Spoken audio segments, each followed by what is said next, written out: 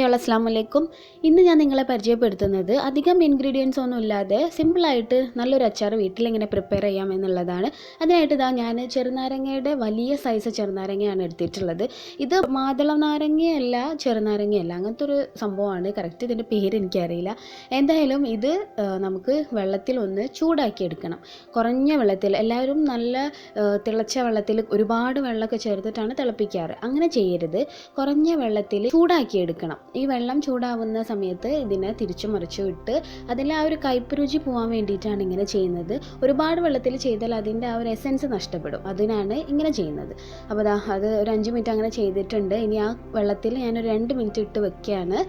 ഇപ്പോൾ വെള്ളമൊക്കെ ഞാൻ കംപ്ലീറ്റ് ഒഴിവാക്കിയിട്ടുണ്ട്. ഇനി ഇതിനെ ചെറിയ പീസസ് ആക്കിയിട്ട് കട്ട് ചെയ്യണം. ഇപ്പോൾ ഞാനിങ്ങനെ ഒരു നാരങ്ങ എടുത്തു, അതിനെ ഹാഫാക്കി, എന്നിട്ട് അതിനെ 4 പീസാക്കി, എന്നിട്ട് ചെറിയ പീസസ് ആയിട്ട് കട്ട് ചെയ്യണം. ചെറിയ പീസാക്കി കട്ട് ചെയ്താലേ അത് പെട്ടെന്ന് ആയി കിട്ടുള്ളൂ. അതിന് വേണ്ടിയിട്ടാണ് അങ്ങനെ ചെയ്യുന്നത്. പിന്നെ ഇതിൻ്റെ സ്കിന്നൊന്നും റിമൂവ് ചെയ്യരുത്. ഇതിൻ്റെ മുകൾ ഭാഗം കട്ട് ചെയ്യണം, അല്ലെങ്കിൽ അതൊരു ഭയങ്കര ഹാർഡാണ്. അപ്പോൾ അതുകൊണ്ടാണത്.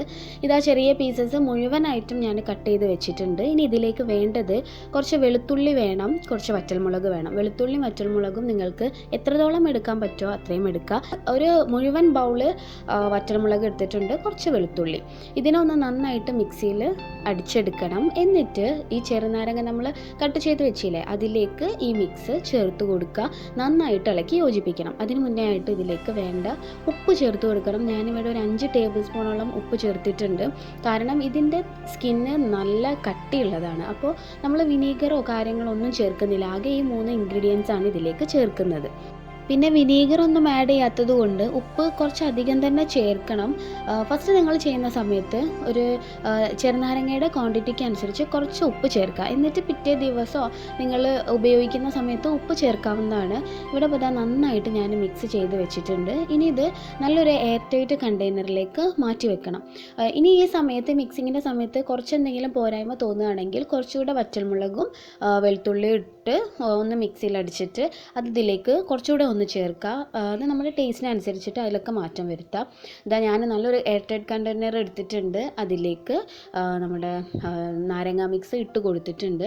പിന്നെ നമ്മുടെ കൈ ഇതിൽ തൊടാതെ സൂക്ഷിക്കണം. ഒരു സ്പൂണ് വെച്ചിട്ട് തന്നെ ചെയ്യാൻ ശ്രദ്ധിക്കുക. കാരണം ഇതിൽ മുകളിൽ പൂപ്പൽ വരും. അതുകൊണ്ടാണ് അങ്ങനെ ചെയ്യുന്നത്.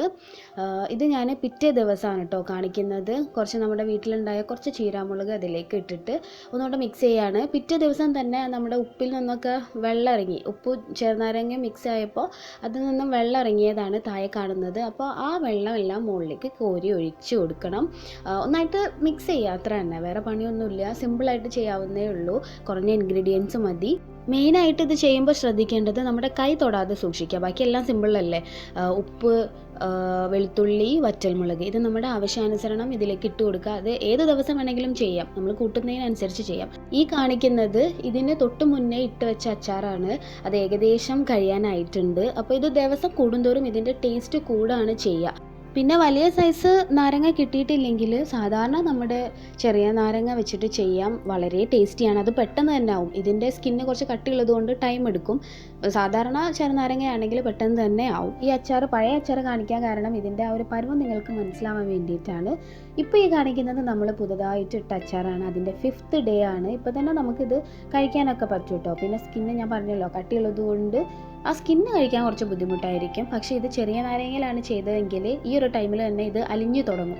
എന്തായാലും ഞാനിത് നമ്മുടെ പഴയ അച്ചാറിൻ്റെ ആ ബൗളിലേക്ക് മാറ്റാണ്. പഴയ അച്ചാർ ഇത് ഏകദേശം കംപ്ലീറ്റ് ആയിട്ടുണ്ട്. ഇതിലേക്കാണ് ഞാൻ പുതിയ അച്ചാർ ഇട്ട് കൊടുക്കുന്നത്. കാരണം ഇതിൽ ആ നല്ലൊരു എസൻസ് ഉണ്ട്. അപ്പോൾ അതൊന്ന് എല്ലാം കൂടെ മിക്സ് ചെയ്യാൻ വേണ്ടിയിട്ടാണ് ഇങ്ങനെ ചെയ്യുന്നത്. ഇനി ഇതിലേക്ക് കുറച്ച് ചൂടുള്ള വെള്ളം ഒഴിച്ചു കൊടുക്കണം. കൺഫ്യൂഷൻ ഒന്നും വേണ്ട. നിങ്ങൾക്കിത് നല്ല അലിഞ്ഞ് കിട്ടണം എന്നുണ്ടെങ്കിൽ മാത്രം ചൂടുള്ള വെള്ളം ചേർത്ത് കൊടുത്താൽ മതി. പിന്നെ പച്ചവെള്ളം ഒഴിക്കരുത് കേട്ടോ. ചൂടുള്ള വെള്ളമാണ് നല്ലത്. സിമ്പിളല്ലേ ചെയ്യാനായിട്ട്. ചെറുനാരങ്ങയിലേക്ക് വെളുത്തുള്ളി, വറ്റൽമുളക് അടിച്ചത് ചേർത്ത് കൊടുക്കുക. ആവശ്യത്തിന് ഉപ്പ് ചേർക്കുക. അത് നന്നായിട്ട് മിക്സ് ചെയ്യാൻ വേണ്ടിയിട്ട് കുറച്ച് ചെറിയ ചൂടുള്ള വെള്ളം ഒഴിച്ചു കൊടുക്കുക. ഇത്രയേ ഉള്ളൂ സംഭവം. എന്തായാലും ചെയ്ത് നോക്കണം. എന്നിട്ട് ഫീഡ്ബാക്ക് എന്നെ അറിയിക്കണം. ഇൻഷാ അല്ലാഹ് പുതിയ വീഡിയോ ആയിട്ട് വീണ്ടും കാണാം. അൻറ്റിൽ then take care. Thank you.